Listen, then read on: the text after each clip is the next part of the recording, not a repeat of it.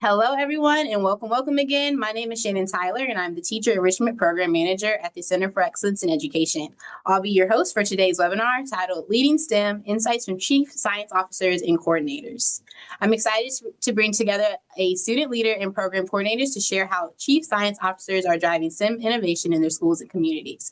Today's session is a great opportunity to hear directly from students who are making an impact, as well as program coordinators who support and guide them.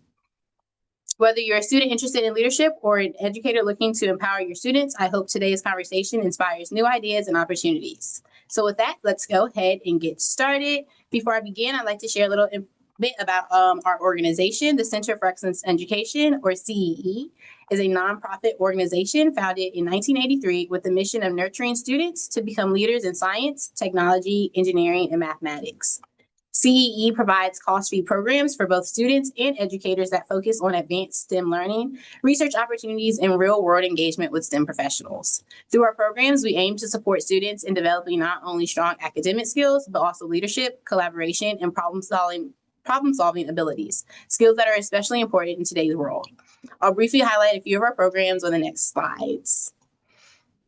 First, we have the Research Science Institute, or RSI. RSI is a highly selective, cost-free summer research program hosted at MIT.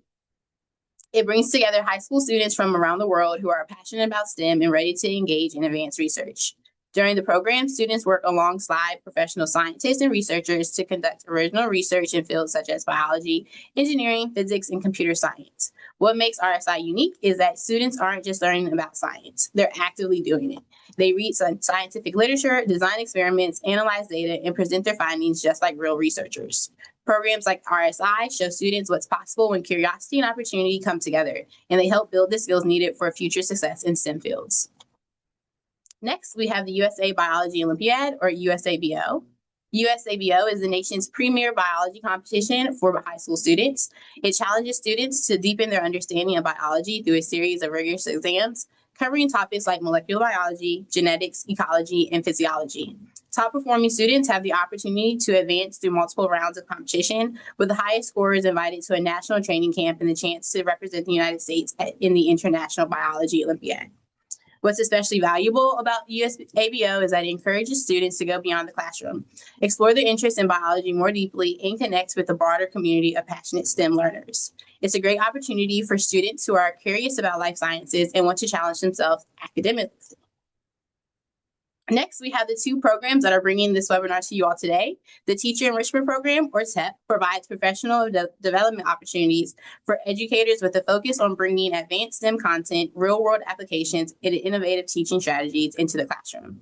Through webinars like this one, as well as workshops and other resources, TEP supports educators in engaging their students with meaningful and relevant STEM experiences. Our goal is to equip teachers with tools and insights that not only strengthen STEM instruction, but also inspire students to explore STEM pathways and careers. Last but not least, we have STEM Lyceums. STEM Lyceums is a virtual program designed for high school students to explore STEM careers and connect with professionals in a variety of fields. The program meets at least once a month and features guest speakers from diverse STEM backgrounds who share their experiences, career pathways, and insights into their work. It's a great opportunity for students to learn directly from experts, ask questions, and begin to see the wide range of possibilities available in STEM. Programs like STEM Lyceums are all about exposure, inspiration, and helping students make connections between what they're learning in school and what they can pursue in the future. I'm happy to introduce today's speakers. We have Ashton Grove, Taylar Cook, and Kiara Skornavaka. So first we'll start with Ashton. Ashton is the program manager of the Arizona Chief Science Officers, a youth leadership program through the nonprofit SciTech Institute. He is passionate about engaging youth in STEM advocacy and increasing student voice representation in local communities. Ashton grew up in Glendale and has a deep appreciation for Arizona's culture, nature, and opportunities. In his free time, he loves to hike and backpack, hang out with his cat, and read a good book. Next, we have Taylar. Taylar is a science communicator with 5 years of experience in informal education, scientific outreach, and engaging diverse audiences through culturally responsive, mission-driven programming. They are enthusiastic about science communication through a multimedia approach and dedicated to make information accessible through educational program development, enrichment development, and strategic communications. Taylar is deeply committed to ensuring that everyone has access to scientific information that shapes their lives, communities, and the world. Last but not least, we have Kiara. Kiara has proudly been a part of the Chief Science Officer program for the past 5 years. She's passionate about supporting the education community and loves teaching students from kindergarten through 12th grade. Some of her favorite hobbies include speech and debate at a local middle school, baking, singing, and traveling. Kiara is a junior in high school and is the current president of the CSO Arizona Leadership Council. We're so excited to have you guys here, and we can't wait to hear from you guys. Thanks. I think that means it's time for me to share our slides. So, can you guys see these now? Wonderful. Yep, we're good. Awesome. Um, Well, hello. Thank you for the wonderful introduction. And thanks for having us here, Shannon. And thanks for being here, everybody, on this Wednesday afternoon and evening. We are here to represent this program called the Arizona Chief Science Officers. The Chief Science Officers program is an international program, though. It's not only taking place in Arizona, and this is a youth leadership program through the SciTech Institute. We're a nonprofit based here in Arizona. So this is our current program team. We have myself and Taylar running it here in Arizona. And we also have, other folks that do our jobs in other states that are not with the SciTech Institute. So the way the program works is it's like run through different entities, um, almost kind of like a franchise, right? Where you have someone that is running the program in whatever state. We have, CSOs all across the United States, but also in other countries as well. And first, we wanted to start by letting you know a bit about my career path and then also Taylar's career path, which Taylar is showing your name as my name. I don't know if you are able to change I that. was just about to ask if my name says your name. I'm gonna try to change. Yeah, we're not crazy. We're actually totally two different people. Um, but so this is just a little bit about me, Ashton Grove, the nonprofit extraordinaire. I have always pretty much worked in the nonprofit world, except for just a little stint in corporate America. But I started off volunteering when I was in high school at the local Phoenix Zoo, and really learned a lot about, different career paths in the animal science world. So whether that's with taking care of animals, doing like veterinary science, um, education, or even just like event planning. There's tons of different aspects of what it means to work at, a zoo or museum or really any nonprofit organization. So it was a really great opportunity for me to learn about leadership, but also about different career opportunities that interested me. And from there, I became a summer camp counselor at the zoo and continued to do that part-time while I was in school getting my biology degree. Because I thought I wanted to be a zookeeper. It was my dream for like 8 straight years through the end of middle school, all through high school, and then most of college. And while I was doing like camp counseling, for the summer camp ball. So there's like overnight programs that they had at the zoo. And getting my degree at ASU, I took a volunteer position as a zookeeper job shadow, and realized that I actually really hated doing zookeeping. I loved spending time with the animals and learning about them, but the shift was really long and I had to get up really early, which just wasn't working for me. And I realized that I wanted to like end my day with more energy to do my hobbies, and the even just working one shift a week was making me really tired. So the joy kind of fell out of it for me. So I decided to pivot to informal education, which I was already doing as a camp counselor, but hadn't been prioritizing as my career track. But I was very good at it and I enjoyed it. I love making an impact on students. So I really leaned into that and worked with early childhood and family programming at the zoo. Then at the COVID pandemic, I had to kind of leave the zoo. They didn't really have any good opportunities for me at that time. So I started working a couple of corporate and startup jobs, but ultimately ended up back here in nonprofit education where we don't always make a lot of money, but we make a lot of fun. So, it's been great. I love working with Taylar, and it's really inspiring to see all of the cool things that our students are doing through this program. Now, Taylor's going to share a bit about their career. Hello, everybody. My name is Taylar Cook. I am the CSO Arizona Program Coordinator, but I also just love science communication. And my journey started out in high school. Growing up, I did not like science. It was not my forte, not anything that I would ever think I wanted to do. And then when I was in fourth grade, Science is Fun came to my school, presented this amazing presentation with liquid nitrogen and dry ice. And I was like, oh my goodness, science is fun. Science is cool. And then when I got to high school, when I was a junior, I was able to join the Science is Fun Club. I went to the same high school that presented to me. So it was this wonderful full circle moment that really sparked my interest not only in science communication, but like information accessibility, making sure that anybody knows that they can be a scientist regardless of how they show up. And yeah, and then I got a job at the Arizona Science Center because Science is Fun was not giving me any money.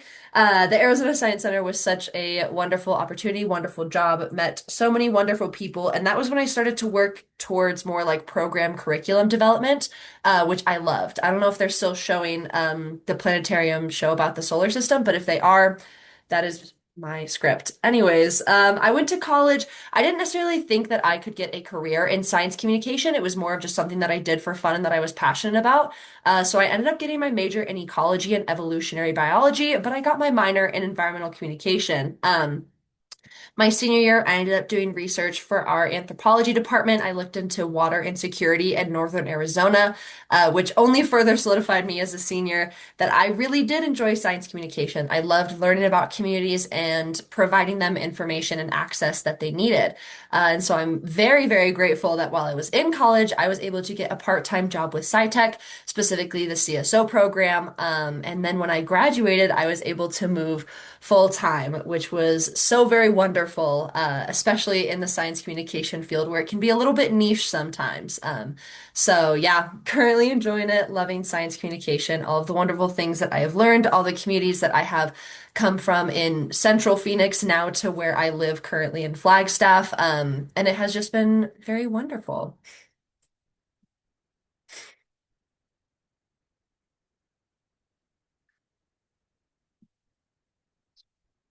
Awesome. Thanks for sharing, Taylor. If any of you listening out there have questions for Taylor and I about our career journeys, there should be a way for you to send in your questions, and we can answer those later when we do our Q&A.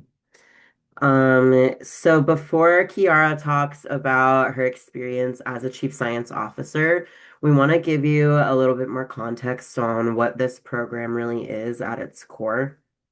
So just ask yourself these few questions about how often students and youth have a voice represented in making STEM connections in their own communities, in advocating for STEM in their own schools, and in planning the jobs that they will work in their future. And these questions are really what the Chief Science Officers program hopes to address. Really just giving students and youth a place where they can grow their leadership skills so that their voice can be heard in their communities in all of these different ways. So, like whether it's STEM education, STEM access and advocacy, or STEM career planning and learning about careers, these are all things that the Chief Science Officers program helps to address through our leadership opportunity and that growth for the students that participate. So Chief Science Officers are in 6th through 12th grade, and they act as STEM ambassadors. They might be elected or like otherwise identified by their peers, or often they're kind of self-placed in this. They might hear about it from a friend, or it's a program their school is putting on, and they self-identify as someone that wants to take this opportunity on. But basically, you have to be interested in STEM innovation, and there's also that advocacy piece. So it's a great way for students to get involved in advocacy that's specifically regarding like STEM, especially because students aren't able to, vote in an election or really make those sorts of like statements about what they want to see in their own community. Whether that's their school, their neighborhood, or their state, or even country, or the world. So through the program, students are, helping us achieve these goals of creating this diverse network of STEM leaders, fostering communication and collaboration between each other, and also growing their network. They're enriching the STEM culture and also their own and their peers' career awareness, and ultimately amplifying the student voice in these STEM conversations. Before we move on, I just want to say, like, I forgot to add it into the slides clearly, but one of the main things that Chief Science Officers are doing are what's called an action plan. And these are projects that students work on throughout, the year or maybe across multiple years. And the the chief science officers get to like choose what their project is. It's something that they're passionate about and that means something to them. And they can work on it themselves or as a group. And it just has to make some sort of impact. So I'm excited to hear from Kiara about, what you have to say about your experience, and maybe sharing some about the projects that you've worked on and the skills you've been able to grow through the program. And then some advice that you might have. So go for it. All right, thank you, Ashton. Hi, guys. I'm Kiara Skornalaka, and I am a junior in high school right now. And I will start off with how my STEM journey kind of started. So I moved to Arizona about 5 years ago, so 7th grade for me. And my teacher came up to me with this opportunity called the Chief Science Officers Program. And I was a huge nerd in middle school. Like as before, like a COVID pandemic like ended, I would go out about with like drones in like big fields and just kind of mess around with those. I always had a big interest in technology, and so in 7th grade, we did codes and ciphers. We had a team of chief science officers at the school, and we created these ciphers and codes that could be solved by anyone. And we reached out to not only the on grade level students, but we also made specifically curated ciphers for our special needs students as well as our gifted students. We created a accessible activity for STEM for all grade levels because what we saw, what we wanted to make an impact on was accessibility to STEM education. So that's how I started off the program. It was a big hit. We won the International Award for Best Action Plan. And then 8th grade year, I joined the Arizona Leadership Council. And I've been part of this program for a long, long time. President this year, we started that up.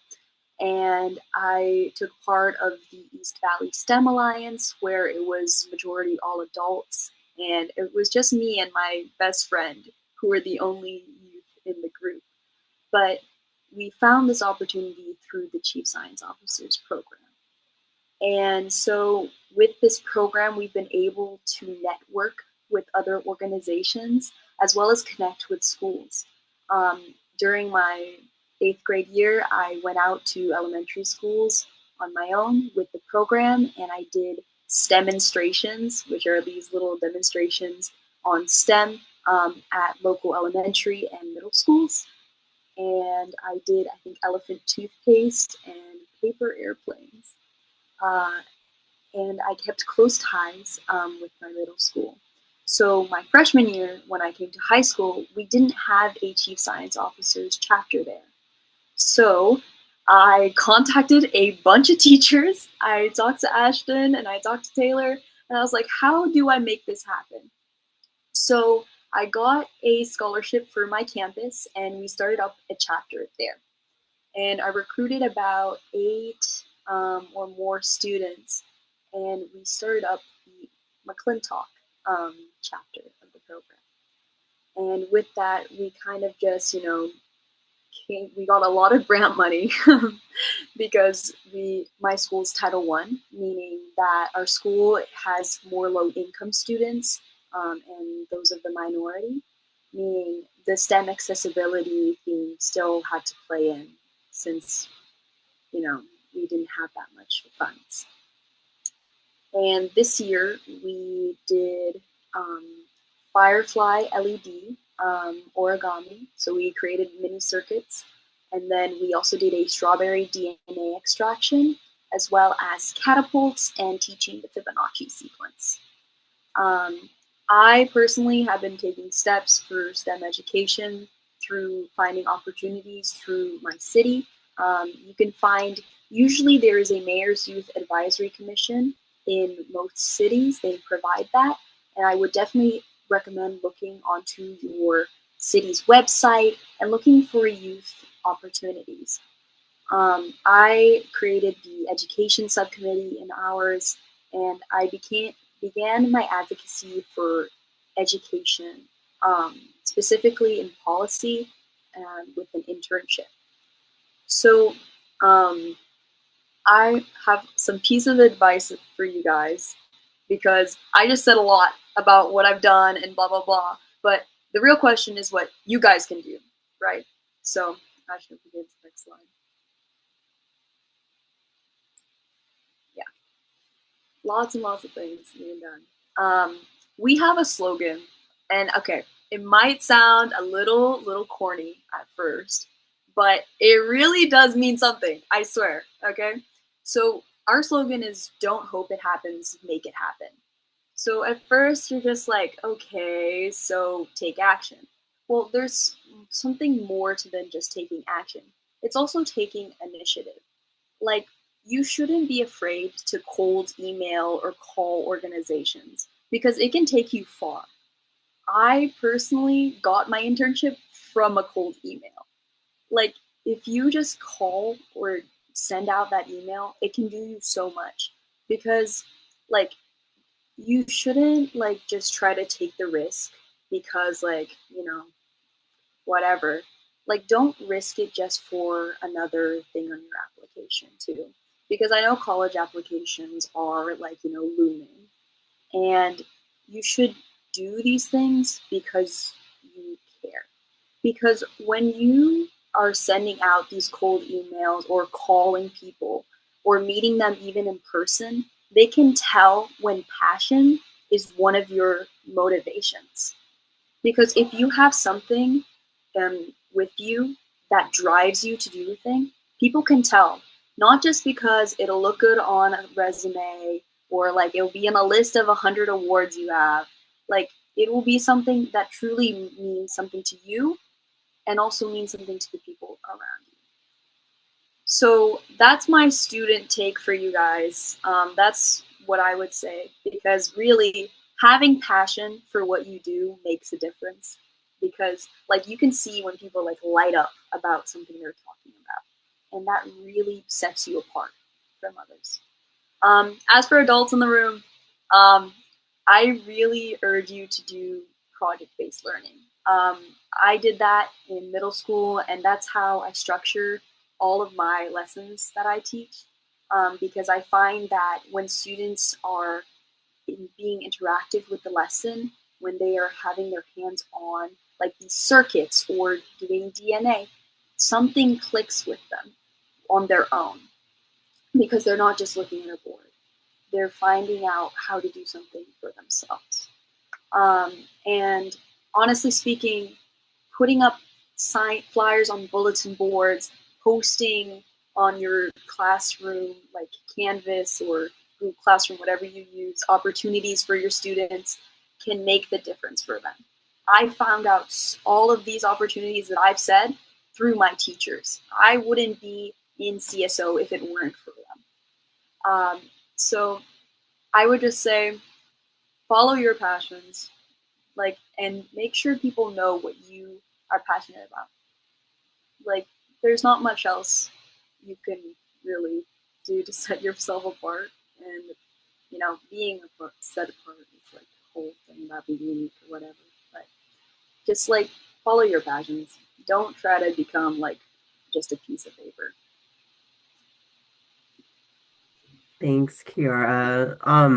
Can you talk a little bit too about like some of the biggest things you've learned about leadership through your experience as a CSO? Yeah. So I mentioned I started the chapter at my high school.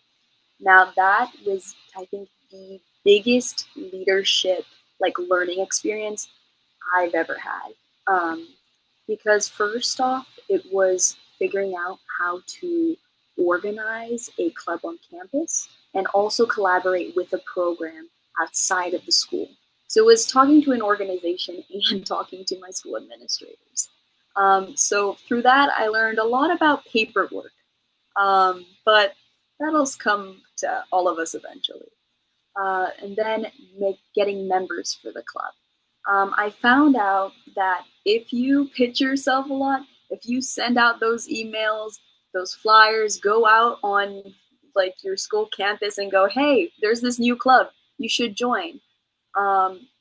Really not being afraid to put yourself out there has definitely been something I learned the hard way through starting up the chapter, but also leading the chapter too. The students who have joined the club have done an amazing job. I'm so proud of them.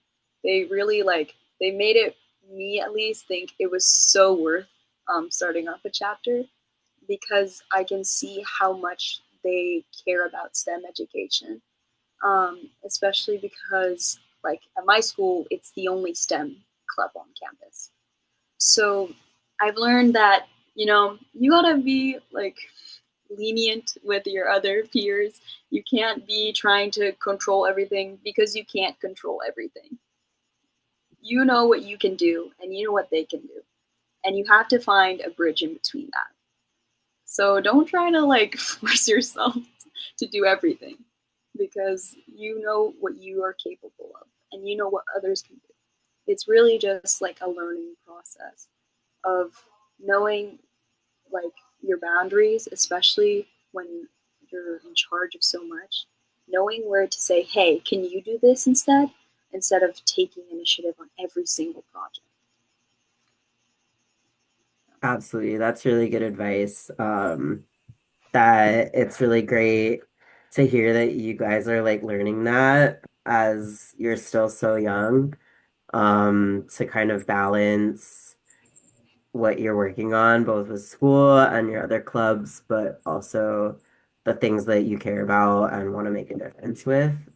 It's been really cool for me to see also how you've grown as a leader too, and I can definitely tell you're um, able to kind of navigate your priorities, even just looking 2 years ago. And so I think that's what's really great about the Chief Science Officers program is that it really gives youth a space to grow in this way. Um, so thanks for sharing about your journey, Kiara. And I think we have some time to answer any questions that the audience might have about the program, about leadership in general, about STEM access, and how to improve our own STEM advocacy and opportunities.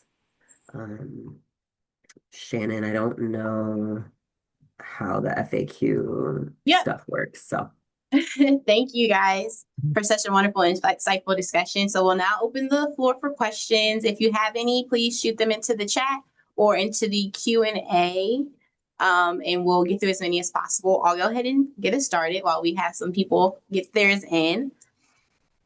I'll start with mainly, or speaking more to Ashton and Taylar.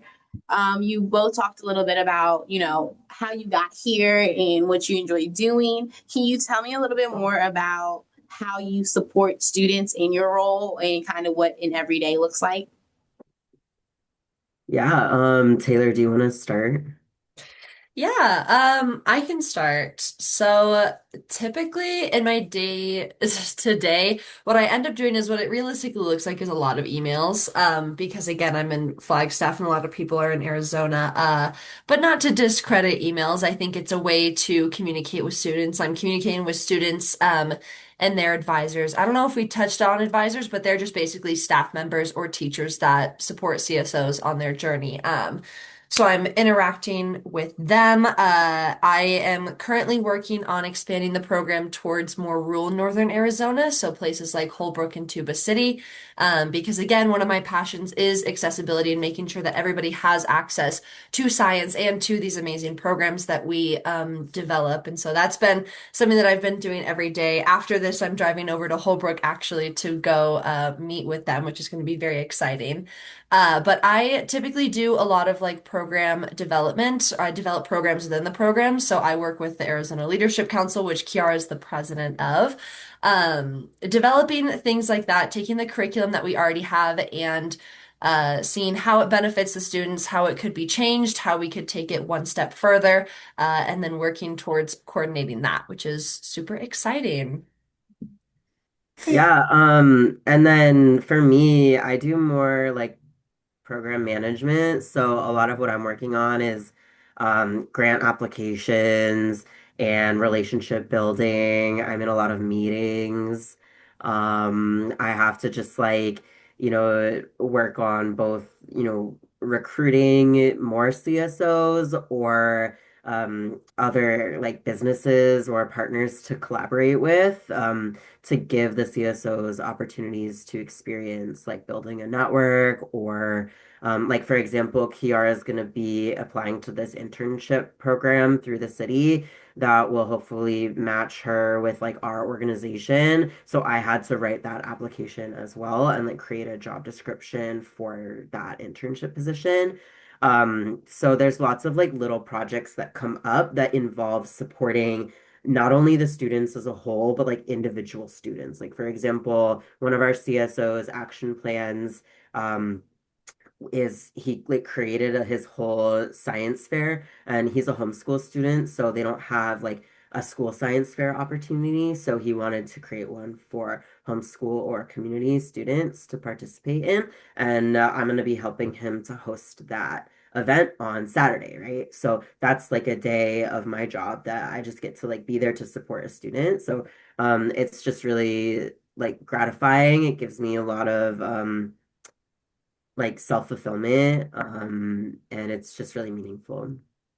We had a question Mhm. in the Q&A box about ideas to celebrate Earth Day, and I can maybe let Kiara take this one, but I would say first off, like you don't need to recreate the wheel. There's so much that people have already done for Earth Day, so you don't have to build something from scratch. But Kiara, do you have ideas for Sylvia about celebrating Earth Day? If I were to, if I were to figure out something for Earth Day, I do a lot of like interactive like things. So I would recommend maybe finding like a recycled materials like DIY for like Earth Day, sorry. Like something out of materials that are recyclable or, something that really promotes, I would say, sustainability for Earth Day. You could also host like a litter pickup. Like there are a lot of different things you could do with this. For a lesson, I would say you could do something about like um, oh my gosh, sorry. like earth sciences. Sorry, I have to think of what was earth sciences. That would be a great lesson for Earth Day. A lesson on reducing recycling. I would say if you're doing a booth or like a stand, maybe like little trinkets that they can make like in less than 2 minutes or so. Or making flyers for posting them on social media is always an option. But yeah, that's what I can think of. There's also always for Earth Day, like the lights out hour. That's a pretty classic one. And then I really liked the idea about like going on the trash pickup. Um, because you could just like get a bunch of your friends to go on a walk and everyone brings like a trash bag and a trash picker and you just like walk around your neighborhood and clean up. Um, and it's like super easy, really straightforward, but it's a great time to like socialize, but you're making an actual difference in your actual community, right? I think a lot of us we have these like big ideas about making a huge change in the world, but I think really what I've learned as program manager of the chief science officers is that it's like just as important to do a small project that's really immediate for like the community that is right where you're at. Absolutely. Yes. I know we also had a CSO for one of their action plans host an eco-friendly fashion show where members of his school had to find recyclable materials and turn it into clothing and then model it, which was a super exciting idea. I always love reusing. Yeah, it was really cool. And I think he won like an award that year He did, for the yes. most sustainable action plan. Hmm. Um, we had a question also in the chat. Sorry, Shannon, if I'm No, you're taking fine. your Go ahead. job. I love Uh, it. about how to find out if there are chief science officers in your area or in your state. Um, I don't think we have chief science officers in Connecticut, but it's always good to have more. So, what you can do is email our boss, Eileen. So basically, Eileen runs the program at like the international scale, right? So Taylor and I are running it here in Arizona. But because you might be in a different state, like I don't know if even anyone here is from Arizona other than us three. What you would want to do is reach out to Eileen, and I put her email in the chat. Um, and just ask her if there are chief science officers in Connecticut. Give her a little bit of information about maybe what school you go to or the town that you live in, and that you heard about the program from this webinar that you attended. And you're welcome to just CC me on that as well if you feel like you need some more. Like authenticity or something, but she'll email you back. We're always really excited to have new students and new youth joining the Chief Science Officers program. So it will really just depend on if there's already any programs in your area or if they want your help getting like a cohort started, like what Kiara did at her school. Great. I don't see any more questions coming in, so I'll go ahead and ask one as we wait and see if any more come in. I'll give this one to you, Kiara. As I can tell from what you shared, you're very ambitious in everything that you're doing, and I love it. How do you balance your responsibilities being a CSO with your schoolwork and all your other activities that I'm sure you do? Yeah, that's a great question, actually. So I'm gonna be honest, I'm in more clubs than I can count. I do tennis, I'm all over the place. So for managing my time, I found that I learned the hard way on this one too, is prioritization is really important, especially if you want to be a part of everything like me. You need to know what is on your priority list. I had to cut, I think, like 3 clubs because of like how little time I knew I would have like junior year with, APs and ACT and etc. I use Google Calendar like religiously. I highly encourage other people to use like any kind of calendar of the sorts. I have 2 separate paper agendas, one for school and one for my extracurriculars. um, I really just try to keep things like organized. I actually have a whiteboard like right behind me that is I just got like a thing of whiteboard and I stuck it up on my wall just to like keep track of things. Um, I just highly encourage use of calendars for sure. And also like reminders, like on your phone, you can use your reminder app. But really just knowing what is gonna be good for you in the long run as well is big as well with the whole prioritization thing. Knowing like what's gonna help you in the long time. Like I stuck with the Chief Science Officer program for like 5 years, and it's probably gonna be 6 next year. Because I knew like I want to make an impact on my community, especially with education and STEM. I knew that's what I wanted to do for like the long game. So yeah, thank you. Appreciate the question. Thank you. Great advice. That's a great question, Shannon, because I think it highlights one of the strengths of this program. And I think a lot of other youth programs do this as well, but it's not necessarily talked about as concretely, which is building soft skills that are going to be really important for you guys as you like grow older and whether going to college or trade school or straight into your career, or even if you're already like deep into your career, right? It's just like time management, using your time wisely, but also how to, complete a project last minute or how to, do public speaking. Like there's so many little things that, any youth program is going to be teaching to anyone that participates in it, that aren't necessarily like things that we can write down, on paper always. No, I love that, and I couldn't agree more. And it's like you said, they're so important because these are the skills that you take with you no matter what you're doing. And so they play a part, and you continue to build them. So the earlier that you all can start building them, the better. And I don't see any more questions Sure. coming in still, so I just have a couple more that we'll go through, and then we'll just go ahead and wrap up. The last 2 that I have will all address to just to all 3 of you, and whoever wants to answer, feel free. And we've kind of touched on both of them already, but first, I want to talk about what advice do you all have for students that want to start their own STEM project, but might not be able or might not be sure where to start. And I know, again, we just kind of talked about starting chapters at their own school and things like that, but let's talk about a little bit more immediate. So if we don't have a chapter at our school, what steps can be taken now? Yeah, I think really deciding like where the gap is, like what change do you want to see? And one thing we do with the chief science officers is STEM or SMART goals. STEM SMART goals.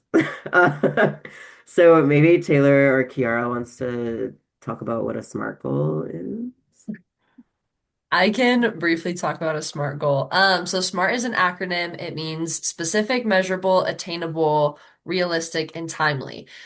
Which all of that to say, it basically means is the goal that you are setting achievable, and can you actually achieve it with what you have in your toolbox at the moment? And so we ask students to set those because not only does it give them a specific deadline, but it gets them thinking. It starts the brainstorming process of what do they need to do next. Maybe they need to identify a support system. Maybe they need to ask for help for funding or to rent out a space or things like that. And so the SMART goals are a way to get them thinking in a more like achievable way. Because if you just tell these kids, okay, create an action plan, go have fun, a lot of the times that can be really overwhelming. So what the SMART goals do and that we hope that they do for our students is break it down into much more manageable pieces. That way, when they do complete a goal, they feel very fulfilled and they get that sort of not instant gratification, but they get gratification within that process. And I know I mentioned it earlier, but something that I think is really important when you're starting any of these programs is identifying and finding a support system. I know something that's really scary, at least for me when I was in middle school and high school, was asking for help. Um, but just identifying like a couple of friends or teachers that you could bounce ideas off of. That's why we have advisors. That's why we have teachers and staff in the schools themselves supporting our CSOs because it's so important for students to feel empowered and to have somebody who will support them and brainstorm ideas with them. Yeah. Uh, Kiara, what do you think like the first step would be for someone that isn't a chief science officer or maybe is just like someone that wants to do some sort of project at their school? What would the first step be for I them? would say, yeah, for at the school, first thing you have to do is find a teacher who can support you. Honestly speaking, you you being like in collaboration with like administration or a teacher will make your life so much easier, especially if you want to host an event on campus or like something for the students. You need to have like an adult that can help you with communications to admin or like to the other teachers if you want to like target only like science classes or only the math classes. It makes communication so much easier. So your first step should be emailing a teacher or talking to one. And I think also it's similar for a community action plan too. Like if you don't want to do something at your school, or maybe you are, online student or homeschool student, like you can always go to a library or maybe a community college or another nonprofit organization to find that adult that could possibly support you or connect you to someone that can support you, whatever that help might be, even if it's really small. No, thank you all for sharing. All right, our last one to wrap us up will be what is the most rewarding part of being a CSO for you, Kiara, and then just part of the program for you, Ashton and Taylar? Most rewarding part of being a CSO, I would say it is the community and the network I've been able to build. I was actually able to collaborate with you guys because I met a member of the CE at a networking event that the CSOs attended in Washington, D.C. And really, it's just been able to find these like STEM professionals and also like these experts in the STEM field and being able to connect with them and figure out what my next steps will be because these people are they're already in their careers and I'm just like I'm still in high school, I'm not in college yet. And it's really gaining advice, being able to get that advice and that like knowledge from like people who have already been through like the college application process and getting into the job like job and careers, being able to get that like I guess wisdom from them and learning like from past mistakes and just kind of going through it. Thanks. My most rewarding part is, of course, seeing the students succeeding. That's kind of a given, but also for me, um, being able to do my advocacy work through my job is really valuable and special for me. It makes it easy to go to work every day, because I know that the things I'm doing, even if I'm frustrated with like someone on a meeting or a stupid email, like at the end of the day, my job is about supporting students and lifting them up to be, the best version of themselves and help them grow. And so like I had people, adults that were supporting me when I was in middle school and high school. And so getting to pay that like forward, if you will, that's just really valuable and means the most to me about my job. Yeah. And just to piggyback off of that, I think like one of the most rewarding things that I could see is seeing students feel comfortable within the program and within themselves. Like I love seeing students as the years progress throughout the program, just being more and more confident, not only in just public speaking skills, but in the way that they interact with people, in the way that they introduce themselves to new CSOs. Because again, like I really love accessibility, and accessibility doesn't always mean that the information is there. It means that students are also comfortable with the information and comfortable pursuing it. You know, I want anybody to be able to pursue whatever scientific career they want and to have that information. And so to see these CSOs, I know recently we had a spring cabinet meeting and we were getting talked over a little bit, which normally doesn't happen, but these were students who had just met the people at their table. We had them rearrange a couple of times and they were talking and they were so excited to talk to each other that they started talking over us, which was, you know, as much as an educator, classroom management, all that fun stuff. It was just so rewarding to have built a program with Ashton that is, you know, we have these students do these very not complicated things, but they can be complicated action plans that require a lot of thought and a lot of time commitment. And it can be very serious sometimes. And so it's just, it's really rewarding to sort of shift that foundation with Ashton into having it be more fun and more comfortable for these students so that as they progress into this scary workforce, they were able to have a fun and comforting experience. I think that's all I could ask for. No, I love that. Thank you all for sharing today. It sounds like a really impactful and great program. So we really appreciate you sharing it with us today.